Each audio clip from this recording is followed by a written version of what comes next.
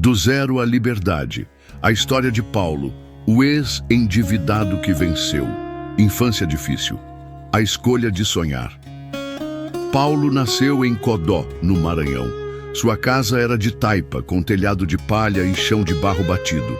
À noite, a luz era do lampião. O pai, João, trabalhava de sol a sol na roça.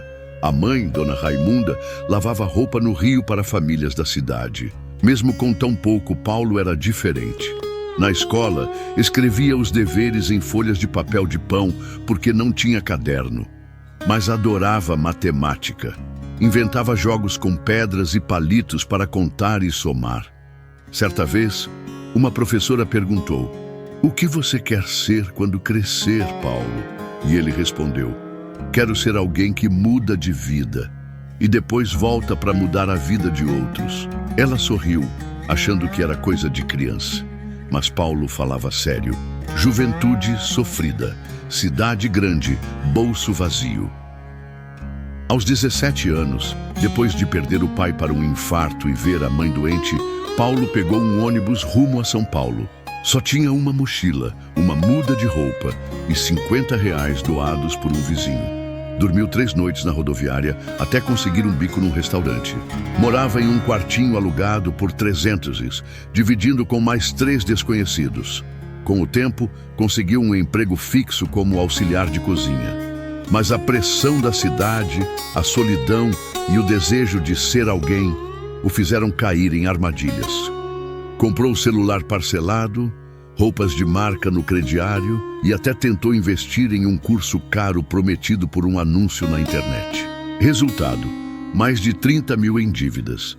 O telefone não parava de tocar, cartas de cobrança, nome sujo e a vergonha maior, não podia mandar nem R$ 1 para a mãe.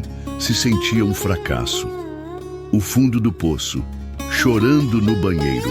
Numa segunda-feira chuvosa, enquanto preparava o almoço no restaurante, foi chamado no salão.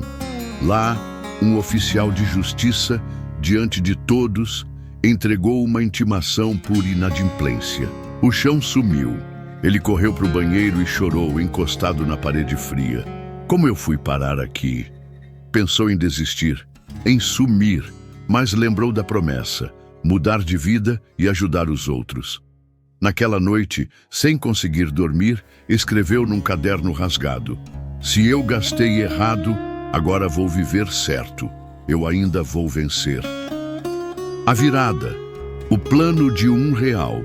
Sem acesso à faculdade, sem crédito e com o nome negativado, Paulo começou pequeno. Bem pequeno, guardando R$ 1 por dia. Sim, R$ 1. Começou a estudar educação financeira com vídeos gratuitos no YouTube. Descobriu o poder dos juros compostos. Aprendeu sobre orçamento e metas. Usou um caderno velho para montar seu plano de resgate. Parou de comer fora. Fez marmita. Vendeu doces no trabalho. Depois começou a vender quentinhas no bairro com a ajuda de uma vizinha. Cada centavo era anotado. 2 anos depois, dívidas quitadas. Nome limpo. Primeiro fogão industrial comprado à vista. Em vez de ostentar, ele economizou mais. Com o tempo, formalizou o negócio. Quentinha do Paulo. Um sonho embrulhado em isopor. A conquista. O homem que voltou para buscar os seus. Hoje, Paulo tem uma pequena rede com 12 funcionários, 3 motoboys, uma cozinha industrial e uma clientela fiel. Mas o mais bonito não é o que ele tem.